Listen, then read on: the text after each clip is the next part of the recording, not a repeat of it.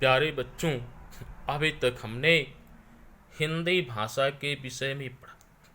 हमने देखा कि व्याकरण किसे कहते हैं, भाषा किसे कहते हैं, और जो है राष्ट्रभाषा, राज्य भाषा, मातृभाषा।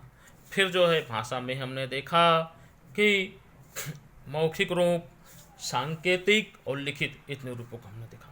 अब हम सोचते हैं कि राष्ट्रभाषा, तो हमने राष्ट्रभाषा में देखा था कि राष्ट्रभाषा ऐसी भाषा जो पूरे देश के लोग समझ सकें, बोल सकें, और उसे जो है पूरे देश के लोग भले ही अलग अलग भाषा अपने घरों में बोल रहे हों, अपने राज्यों में बोल रहे हों, लेकिन सभी लोग मिलकर के एक ऐसी भाषा को बोले जिसे पूरे देश की बहुत से लोग जानते हैं, तो उसको हम राष्ट्रभाषा को संपर्क भाषा भी कहते हैं, क्योंकि यह भाषा लोगों को आपस में जोड़ने और आपस में बातचीत करने का जरिया होती है। तो बच्चों, हमने कहा कि हमारे देश की राष्ट्रभाषा हिंदी है, राष्ट्रभाषा हिंदी है, और आप लोगों को ये भी पता होगा कि पूरे दुनिया में सबसे अधिक बोली जाने वाली भाषाओं में हिंदी दूसरे नंबर पर आता है। तो हमने हिंदी के बारे में जाना, लेकिन बच्चों हिंदी राष्ट्रभाषा जो है यह सिर्फ एक भाषा का, सिर्फ राष्ट्रभाषा हिंदी में जो है कई छोटी छोटी उपभाषाएं हैं। जैसे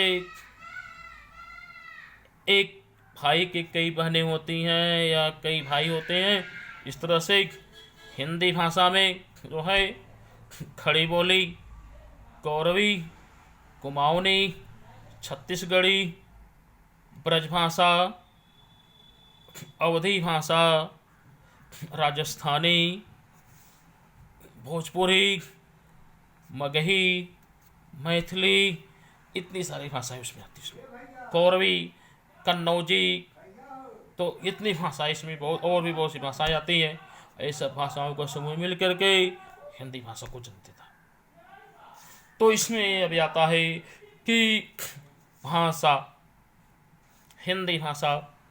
अब हम देखते हैं भाषा, हमने देखा, हम देखते हैं कि लिपि किसको कहते हैं। तो प्यारे बच्चों, हम अपनी भाषा को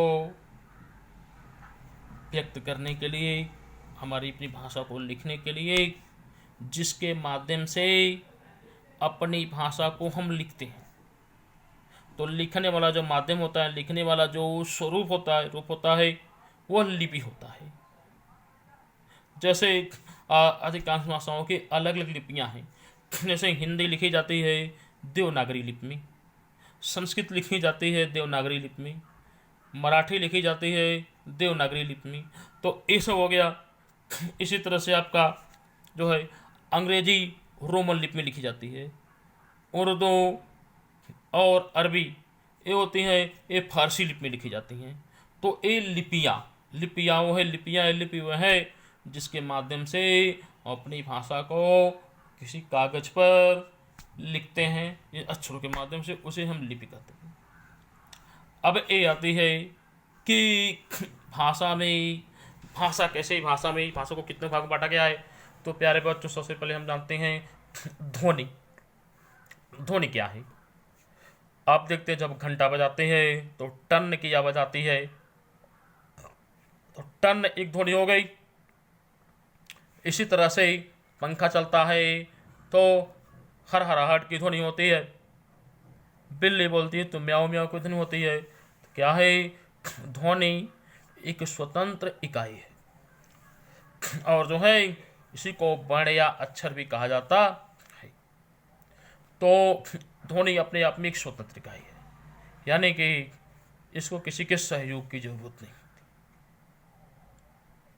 अब आता है कि वर्णमाला। वर्णमाला जो होता है, वर्णमाला में हर वर्णमाला की अपनी अलग विशेषता होती है। हिंदी वर्णमाला में जो होता है स्वर और व्यंजन को मिलाकर बनता है।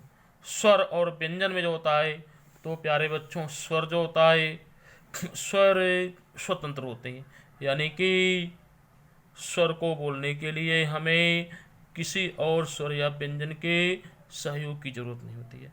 स्वर भी होते हैं जो स्वतंत्र रूप से बोले जाते हैं, इनको बोलने के लिए हमें किसी और के सहयोग की जरूरत नहीं होती।